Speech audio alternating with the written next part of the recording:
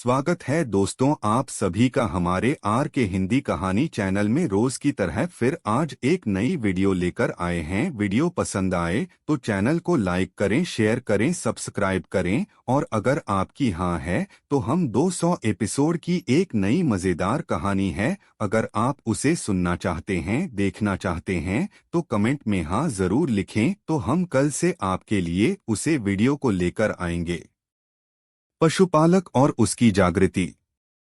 अपनी पत्नी की शिकायतों से तंग आकर बीरबल कुछ ताजी हवा के लिए बाहर निकलता है। जब वह अपने गांव की छोटी छोटी सड़कों से गुजरता है तो वह दोस्तों के एक समूह को गाते हुए, मौजमस्ती करते हुए और कहानियां साझा करते हुए देखता है। एक माँ अपने बच्चे को खाना खिला रही है, एक पुलिसकर्मी एक बुजुर्ग व्यक्ति की मदद कर रहा है और सभी तरह की अच्छी चीजें। वह मन ही मन सोचता है, कितना सुंदर दिन है। गांव बहुत शांतिपूर्ण है और लोग एक दूसरे के प्रति बहुत दयालु हैं। यह एक ऐसी कहानी पढ़ने जैसा है जिसमें गांव के सभी लोग दयालु और मददगार हैं। वह आगे बढ़ता है और लोग उसका अभिवादन करते हैं। अकबर अचानक बीरबल के रास्ते में आ जाते हैं। बीरबल: नमस्कार महाराज। अकबर: अच्छा दिन है ना बीरबल? बीरबल: हाँ महाराज, आज का दिन अच्छा है।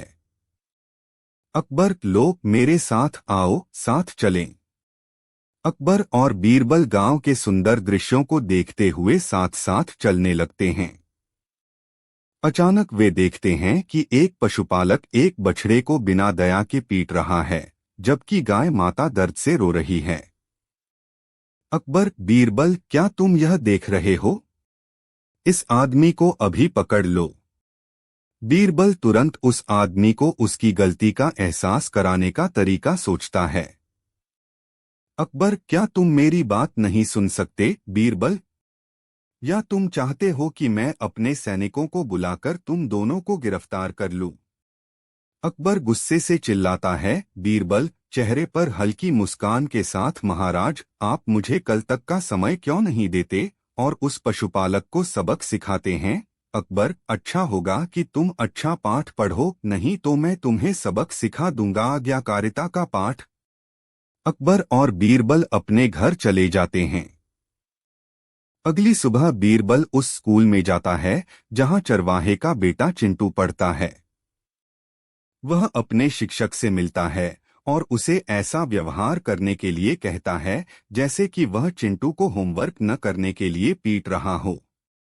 इसके बाद बीरबल पशुपालक के घर जाता है और उसे बताता है कि एक शिक्षक चिंटू को बेरहमी से पीट रहा है। पशुपालक दौड़कर स्कूल पहुंचा और उसने चिंटू को जोर जोर से रोते हुए सुना।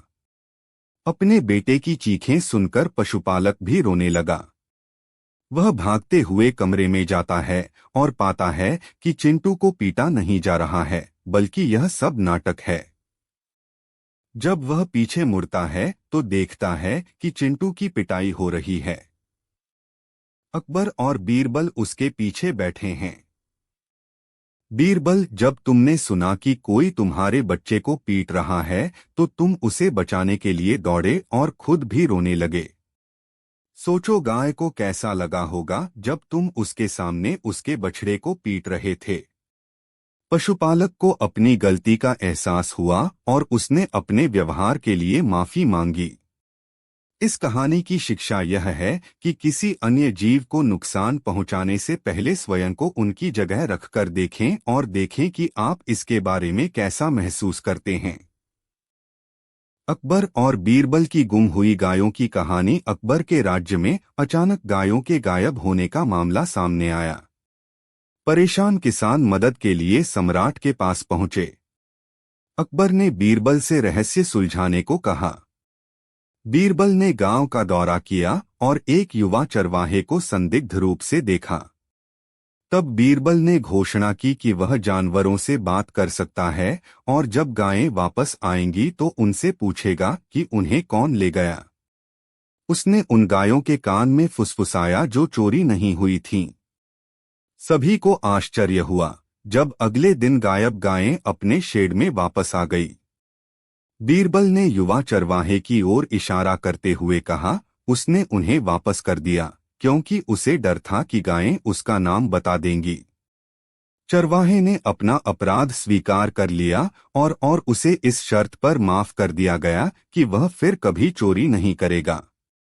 नैतिकता यह कहानी समस्याओं को सुलझाने में बुद्धि और मनोविज्ञान के महत्व को सिखाती है। यह करुणा और दूसरा मौका देने के महत्व पर भी प्रकाश डालती है। बीरबल की मिठाई जवाब। अकबर अक्सर कई सवाल पूछते थे। अपने दरबारियों से अजीब सवाल पूछे और खुश हुए। एक दिन वह शाही दरबार में दाखिल हुआ और अपने शाही महल में बस गया। कुर्सी पर बैठे और अपने दरबारियों से पूछा है, क्या पुनी शमे एंटी चाहिए होना दिया गया कोई व्यक्ति कौन पुल एल इस मेरा मूछें। एक ने कहा, उसका सिर काट देना चाहिए। एक अन्य ने कहा, उसे होना चाहिए कोड़े मारे गए। एक अन्य ने कहा, उसे फांसी दे दी जानी चाहिए। तुम्हारा क्या विचार है? बीरबल बादशाह ने बीरबल से पूछा। बीरबल कुछ क्षण चुप रहे, फिर बोले, जहां पनाह वह तो मिठाई दी जानी चाहिए। क्या बीरबल, क्या तुम पागल हो गए हो? जानते हो तुम क्या हो कह रहा?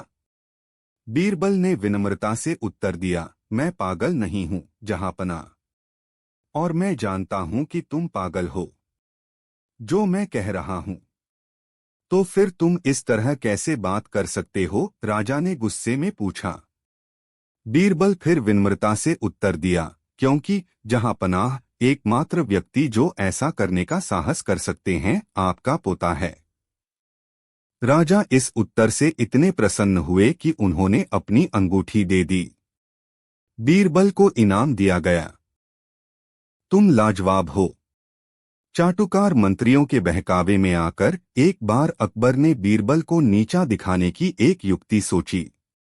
उसने राज दरबार में बीरबल के आने से पहले सभी दरबारियों को एक एक अंडा देते हुए कहा, इसे छुपाकर रख लो। हौज में डुबकी लगाने के बाद इस अंडे को लेकर बाहर निकलना, पहले नहीं दिखना चाहिए। थोड़ी देर में बीरबल आए। अकबर ने कहा, मुझे स्वप्न में एक फकीर ने सभी दरबारियों को परखने के लिए कहा है।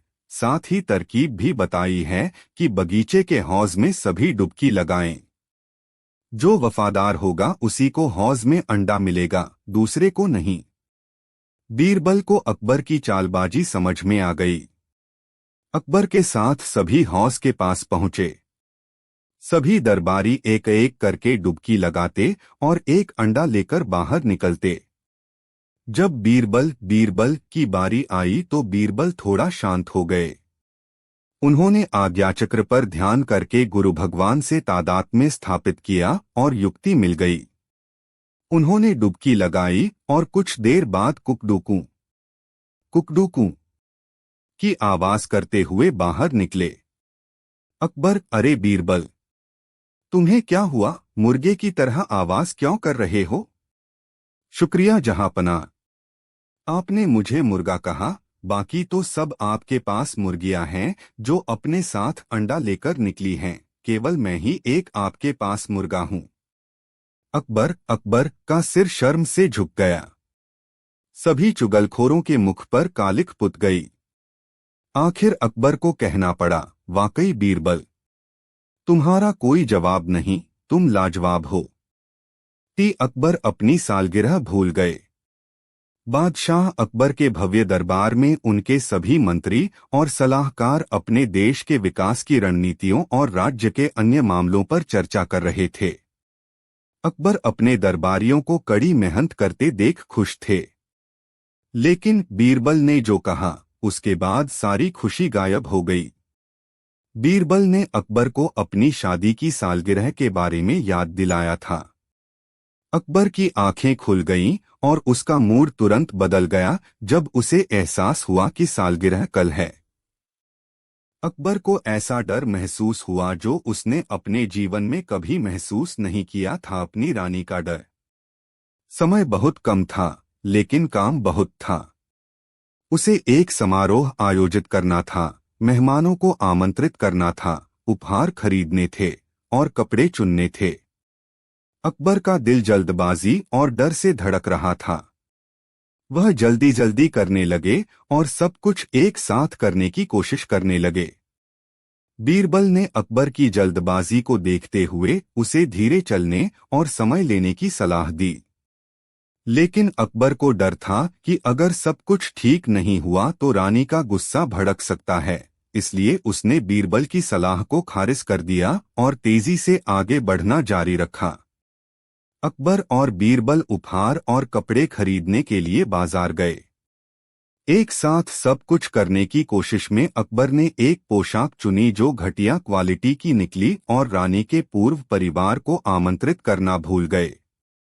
वर्षगांठ समारोह के रूप में शुरू हुआ। अकबर के जल्दबाजी के प्रयास खत्म हो गए। रानी पर बुरा प्रभाव पड़ा और उनके मेहमान खाना नीचे था। औसत उपहार अच्छे नहीं थे और रानी की अनुपस्थिति परिवार ने रानी को दुखी कर दिया। वह अकबर से बहुत नाराज थी क्योंकि समारोह से बाहर निकलकर चले गए। वह समारोह से बाहर निकली और आंसुओं से भरी आंखों के साथ अपने कक्ष में चली गईं। अकबर को लगा कि जैसे भूकंप आ गया है। जैसे ही वह मार्गदर्शन के लिए बीरबल की ओर मुड़ा, बीरबल ने अकबर को वह सलाह याद दिलाई जो उसने पहले उसे दी थी कि जल्दबाजी न करें, क्योंकि वह हर काम जल्दबाजी में करने की कोशिश कर रहा था, इसलिए कुछ भी ठीक से नहीं हो पाया। अकबर को अपनी गलती का एहसास हुआ और उसने बीरबल से रानी को खुश करने का उपाय पूछा। बीरबल ने सुझाव दिया कि अकबर रानी से माफी मांगे और उसे सब कुछ बता दे जो उसके भुलक्कड़ और जल्दबाज स्वभाव के कारण हुआ था।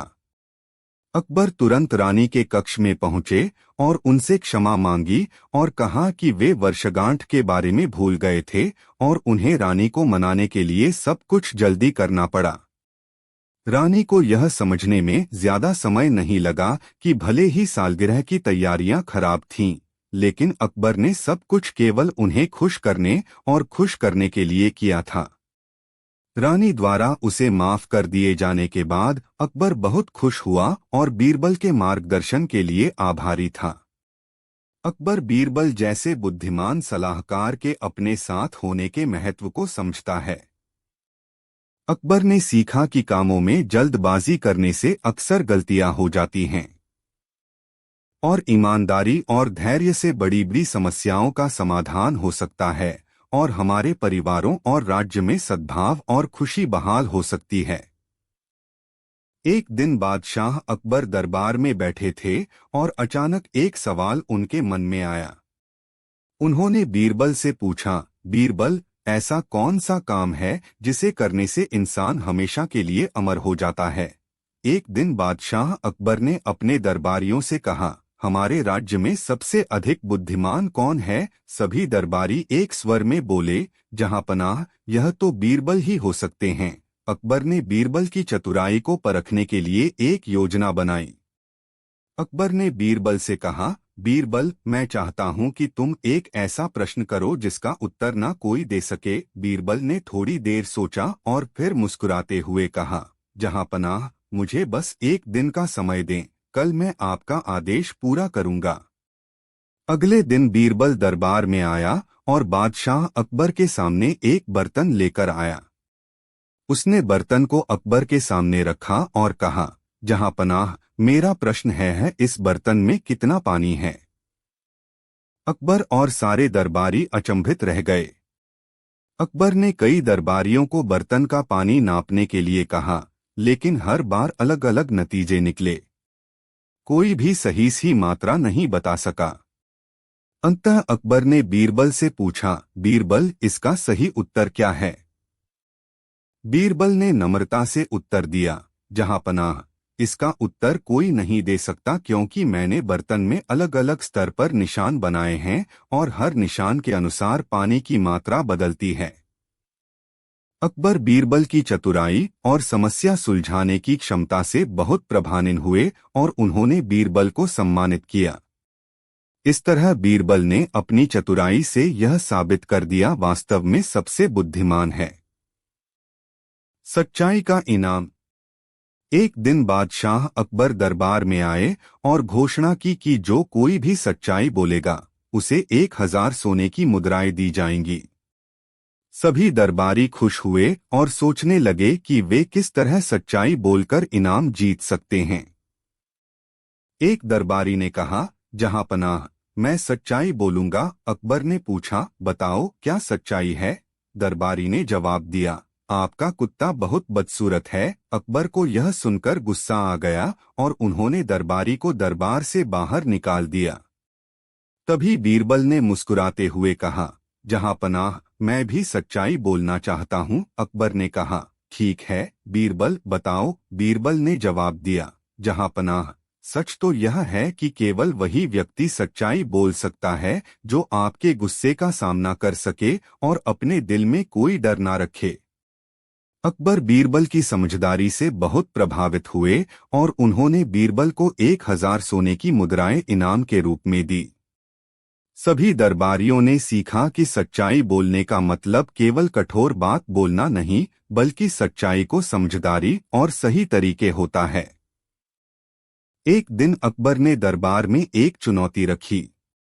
उन्होंने कहा, जो कोई भी इस खाली दीवार पर बिना रंग और ब्रश के एक सुंदर चित्र बना सकता है, उसे मैं इनाम दूंगा। सभी दरबारी यह सुनकर हैरान रह गए और सोचने लगे कि यह कैसे संभव है। बीरबल ने थोड़ा सोचा और फिर अकबर से कहा, महाराज, मुझे 2 दिन का समय दीजिए, मैं यह कार्य कर सकता हूँ। अकबर ने सहमति दे दी। अगले दिन बीरबल ने दीवार के सामने एक बड़ा पर्दा टांग दिया। जब 2 दिन पूरे हुए, बीरबल ने सभी दरबारियों और अकबर को वहां बुलाया। बीरबल ने पर्दा हटाया और कहा, महाराज, मैंने दूसरी तरफ के कलाकार को कहा था कि वह दीवार पर एक सुंदर चित्र बनाए। मैंने कुछ नहीं किया, बस उसकी परछाई इस दीवार पर दिखा दी। अकबर और सभी दरबारियों ने देखा कि वाकई दीवार पर बिना रंग और ब्रश के एक सुंदर चित्र दिखाई दे रहा था। यह देखकर सभी बीरबल की चतुराई की प्रशंसा करने लगे। अकबर ने मुस्कुराते हुए कहा, बीरबल, तुमने एक बार फिर सिद्ध कर दिया कि तुम्हारी बुद्धिमानी का कोई मुकाबला नहीं, और बीरबल को इनाम से नवाजा गया। इस तरह बीरबल ने अपनी सूझबूझ से एक असंभव कार्य दिखाया। एक समय की बात है, यमुना का पानी सूख गया, सभी परेशान थे। तभी एक बाबा महल में आए और कहा, मैंने यमुना को श्राप दिया है, अगर श्राप से बचना है तो मुझे 40 सोने के कटोरे दो, और अगर तुमने मुझे कैदी बनाया तो मैं पूरे राज्य को श्राप दे दूंगा। राजा अकबर ने कहा, ठीक है, हम दे देंगे 40 सोने के कटोरे। पर बीरबल ने कहा, हम आपको सोने के कटोरे कल देंगे। दूसरे दिन बीरबल ने कहा, मैं एक बड़े ज्ञानी से मिलके आया हूं, उसने कहा है श्राप खत्म हो जाएगा अगर किसी बाबा की बलि दे दी जाए। यह सुनकर बाबा परेशान हो गया। राजा ने कहा, इसी बाबा की बलि दे दी जाए। तब बीरबल ने राजा को रुकने को कहा और बताया, मैं यमुना के आखिरी तट तक गया था, वहां पता चला यह कोई बाबा नहीं, ढोंगी है। इसके साथियों ने यमुना पर बांध बना रखा था, इसलिए यमुना सूख गई थी। यह इसी प्रकार कई राज्यों को लूट चुके हैं। तभी राजा ने ढोंगी बाबा को आजीवन कारावास की सजा सुनाई और यमुना फिर से बहने लगी। अकबर और बीरबल की चतुराई। एक दिन बादशाह अकबर ने बीरबल से पूछा, बीरबल, इस दुनिया में सबसे बड़ा सच क्या है? बीरबल ने मुस्कराते हुए कहा, जहां पनाह, इस सवाल का जवाब मैं कल सुबह दूंगा। अगले दिन बीरबल ने एक गधे को राजमहल में लाया और उसे दरबार के बीचों बीच बांध दिया। फिर बीरबल ने कहा, जहां पनाह, यह गधा इस सवाल का जवाब देगा। अकबर और दरबारियों ने हैरान होकर पूछा, एक गधा कैसे जवाब देगा? बीरबल ने समझाते हुए कहा, जहां पनाह, गधा इस दुनिया का सबसे बड़ा सच है। हम सब इस जीवन में किसी न किसी रूप में मेहनत करते हैं, लेकिन कई बार हमारी मेहनत का फल हमें नहीं मिलता, जैसा कि गधा मेहनत करता है और उसे कभी सुख नहीं मिलता। गधा हमारी जीवन की सच्चाई को दर्शाता है कि हम सभी को अपने कर्तव्यों का पालन करना चाहिए, बिना फल की चिंता किए। अकबर बीरबल की चतुराई और समझदारी से प्रभावित हुए और सबाती दी। इस तरह बीरबल ने अपनी चतुराई से अकबर का सवाल हल कर सच्चाई को उजागर किया। ब्राह्मणी पर मांसखोरी का अभियोग। दिल्ली नगर में एक नौयोबना और स्वरूपवती ब्राह्मणी रहती थी। यह अपने पति परायणता के कारण सारे नगर में विख्यात हो रही थी। एक पठान नीचतावश गुप्त रूप से इसके पीछे पड़ा हुआ था। इसको अपने वश में लाने के लिए उस नीच ने बहुतेरा प्रयास किया, परंतु फिर भी उसे सफलता न मिली। ब्राह्मणी के तेज के आगे उसका उद्योग गिरता ही गया। तब उसने दयेड़ देकर उसको काबू में लाने की युक्ति निकाली। एक दिन जबकि वह सुंदरी अपने वस्त्रों को पछाड़ने के लिए नदी तट पर गई थी, यह भी मौका देखकर वहां जा पहुंचा। वहां और किसी को न देखकर गुप्त रूप से उसके तट पर पड़े वस्त्रों में थोड़ा सा मांस बांध एक चौकीदार को घूस देकर झूठा मामला खड़ा किया और वह चौकीदार को सिखला पढ़ाकर भेजा कि वह उस सुशीला पर एक पठान के यहाँ से मांस खरीदने का अभियोग लगाकर उसे गिरफ्तार कर लें। जब वह स्त्री अपने कपड़े पछाड़कर बाकी सूखे कपड़ों को उठाया तो उसमें मांस के टुकड़े बंधे हुए देखकर आश्चर्यचकित हो गई। तत्क्षण उस चौकीदार ने उसे जाकर गिरफ्तार कर लिया और बोला, तू मांस भक्षण करती है, इस कारण तुझे बादशाह के पास चलना पड़ेगा। वह एक तरफ तो तुम्हारी धर्मरक्षा का इतना प्रबंध करते हैं, दूसरी तरफ तू गुप्त रीति से मांस भक्षण करती है और फिर धोखा देकर अपने जात बिरादरी के लोगों को ठगती फिरती है।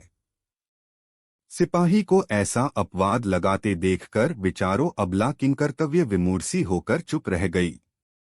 इसी बीच वह दुष्ट पठान जो छिपकर सब देख रहा था, चौकीदार के पास उस स्त्री का पक्षपाती बनकर आया और उससे उसको छोड़ देने का अनुनय विनय करने लगा।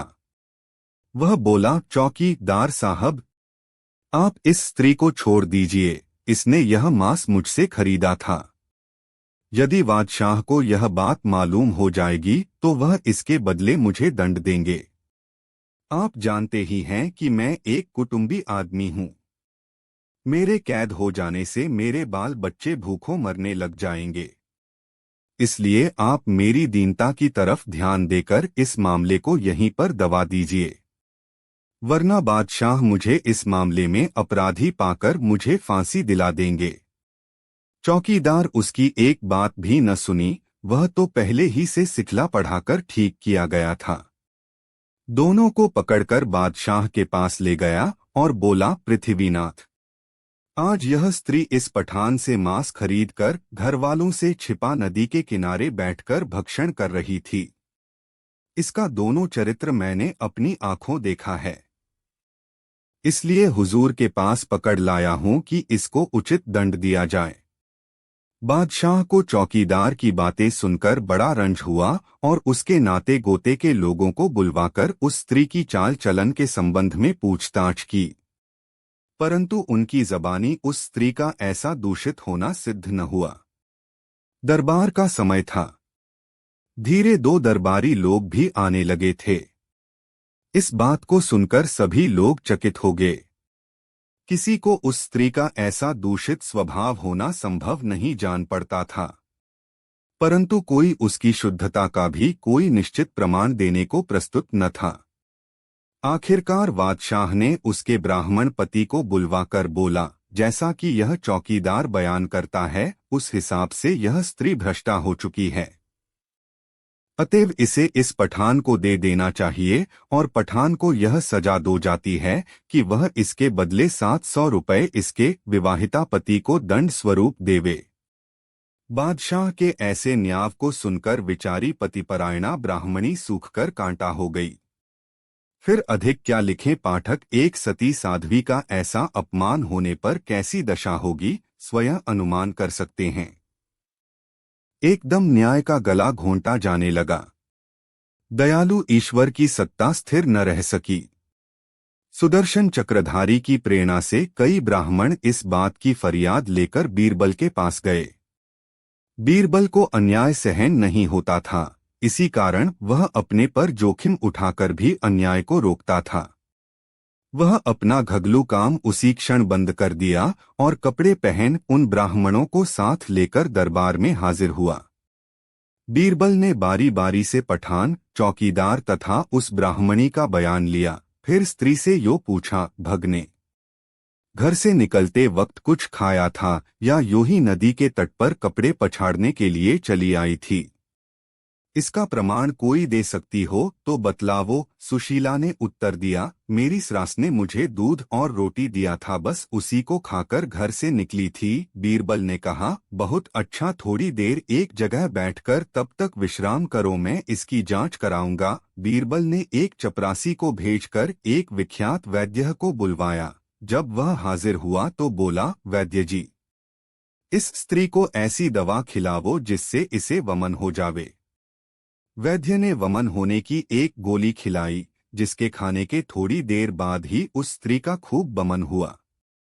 बमन का भली भांति निरीक्षण करने पर उसमें दूध रोटी के अतिरिक्त मांस का एक टुकड़ा भी नहीं निकला। इस दृश्य को देखने के साथ ही सबको उस स्त्री की पवित्रता पर विश्वास हो गया। झूठा दोषारोपण के अपराध में पठान और सिपाही दोनों ही दंडित किए गए। स्त्री को उसके पति के हवाले किया गया। बीरबल की इस अनुपम चातुर्यता का लोगों पर गहरा प्रभाव पड़ा और वे एक स्वर से बीरबल की प्रशंसा करने लगे।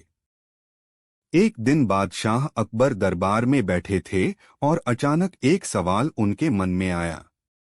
उन्होंने बीरबल से पूछा, बीरबल, ऐसा कौन सा काम है जिसे करने से इंसान हमेशा के लिए अमर हो जाता है?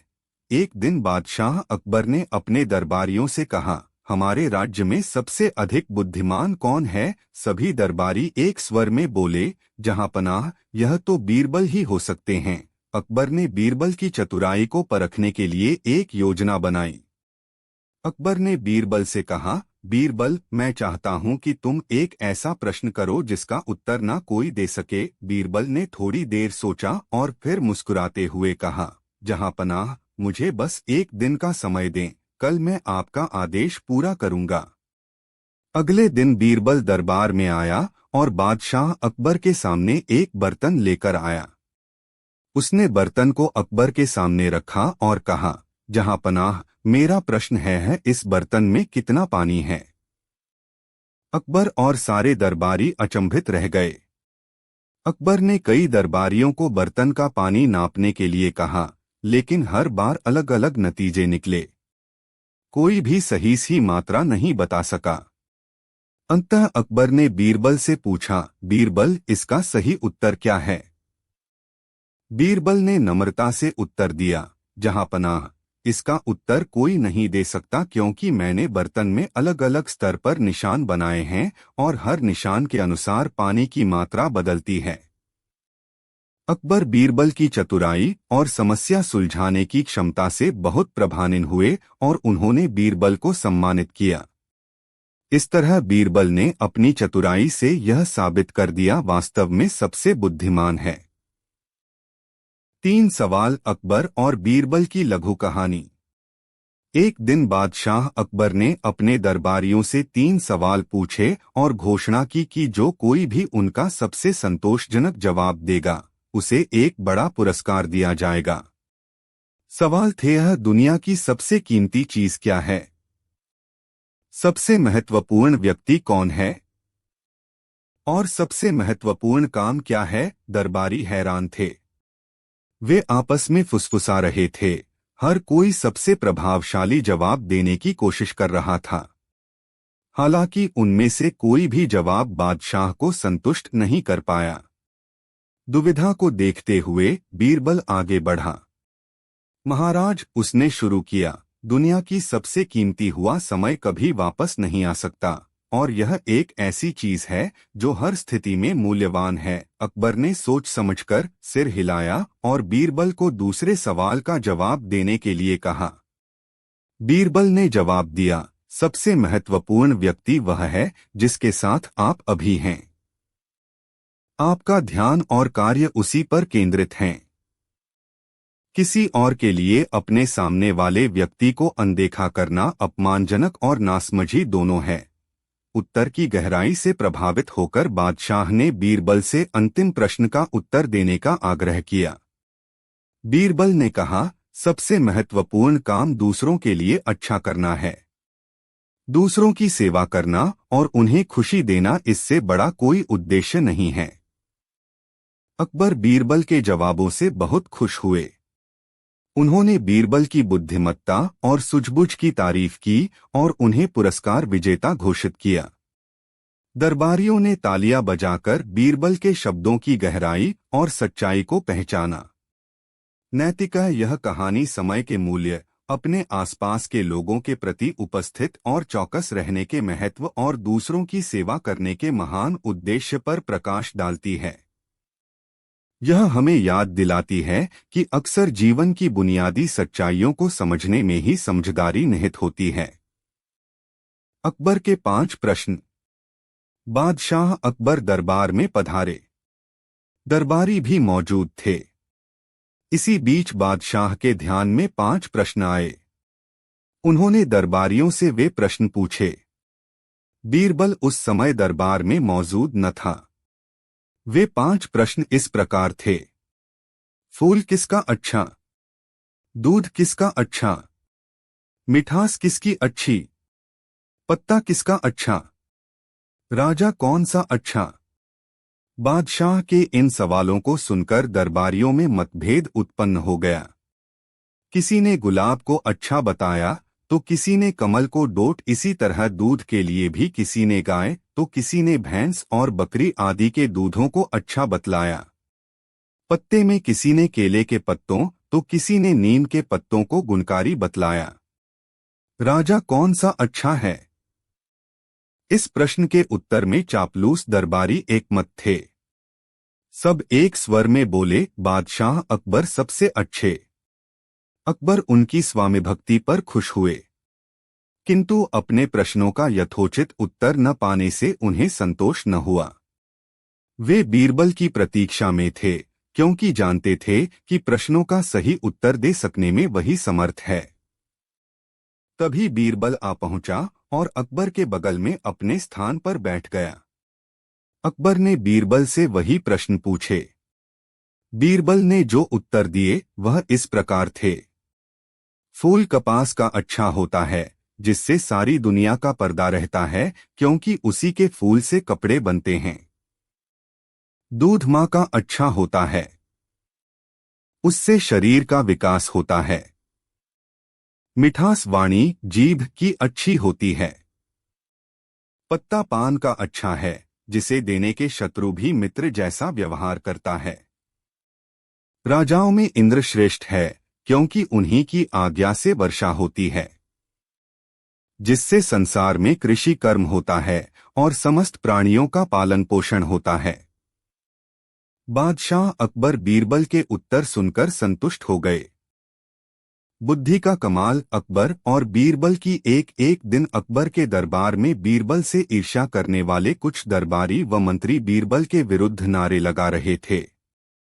अकबर भी उनके झांसे में आ गया और बीरबल को तुरंत सूली पर चढ़ाने का हुक्म दे दिया। सूली देखकर बीरबल तनिक भी न घबराया।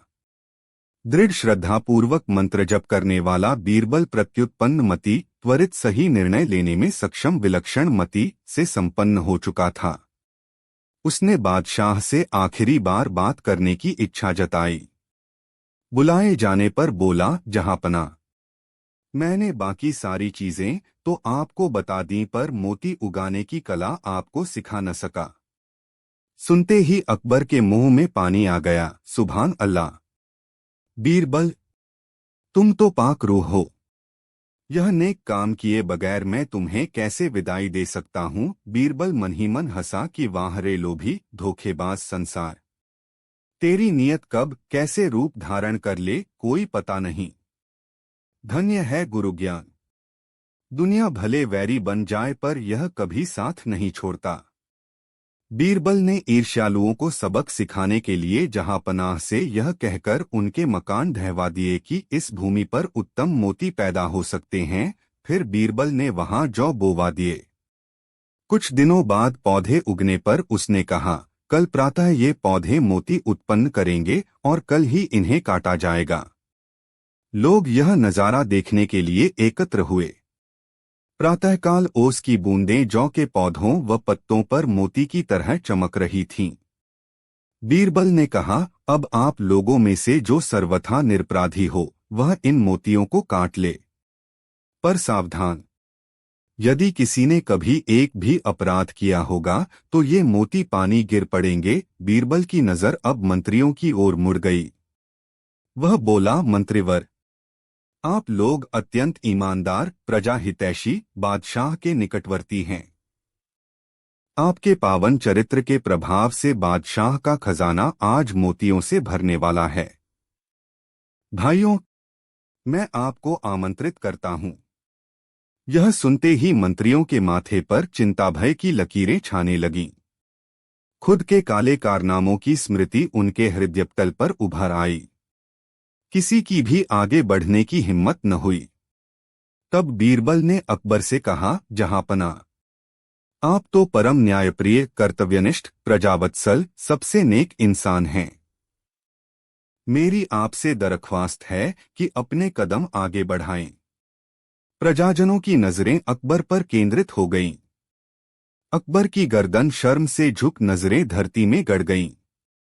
अकबर को एहसास हुआ कि बीरबल को दोषी कहने वाले दरबारी, मंत्री तथा स्वयं हम भी कितने दोषी व अपराधी हैं। बीरबल निर्दोष है, उसे ईर्ष्यालुओं ने फंसाया है। अकबर ने बीरबल की प्रत्युत्पन्न मति की सराहना करते हुए उसे बाइज्जत बरी किया व मंत्रिपद संभालने के लिए मना लिया। जहां सारे संबंध मुंह मोड़ लेते हैं वहां गुरुकृपा ही शिष्य की पल पल रक्षा करती है, उसे मार्गदर्शन व दिव्य प्रेरणा देकर संकटों से उबार लेती है। भारी बोझ। एक बार अकबर अपने राज्य में निरीक्षण पर निकले। तभी अकबर को एक पुराना घर दिखा। अकबर ने अपने मंत्री से कहा, मैं इस जगह पर एक खूबसूरत महल बनवाना चाहता हूं। इस घर को तोड़ दो और घर के मालिक को दूसरा घर दे दो। वो घर एक बूढ़ी महिला का था। वो मदद मांगने के लिए बीरबल के घर आई। उसने बीरबल से कहा, शहंशाह मेरा पुश्तैनी मकान तोड़ना चाहते हैं। उस घर से मेरी कई यादें जुड़ी हुई हैं। कृपया आप शहंशाह को मेरा घर तोड़ने से रोक लें। बीरबल उस महिला का दर्द समझ गया और उसकी मदद करने का वादा किया। बीरबल ने मजदूरों को महिला के घर तोड़ने से पहले उसके आसपास महल के लिए खुदाई करने को कहा। कुछ दिन बाद अकबर और बीरबल महल के कार्य का निरीक्षण करने वहां पहुंचे। वहां पर उन्हें कई खाली बोरियां मिली जो जमीन पर बिखरी हुई थी। बीरबल ने एक थैले में मिट्टी भरनी शुरू कर दी। ये देखकर अकबर ने उससे पूछा, यह तुम क्या कर रहे हो बीरबल? बीरबल ने जवाब दिया, मैं अगले जन्म के लिए पुण्य कमा रहा हूं। ये सुनकर अकबर भी वैसा ही करने लगे।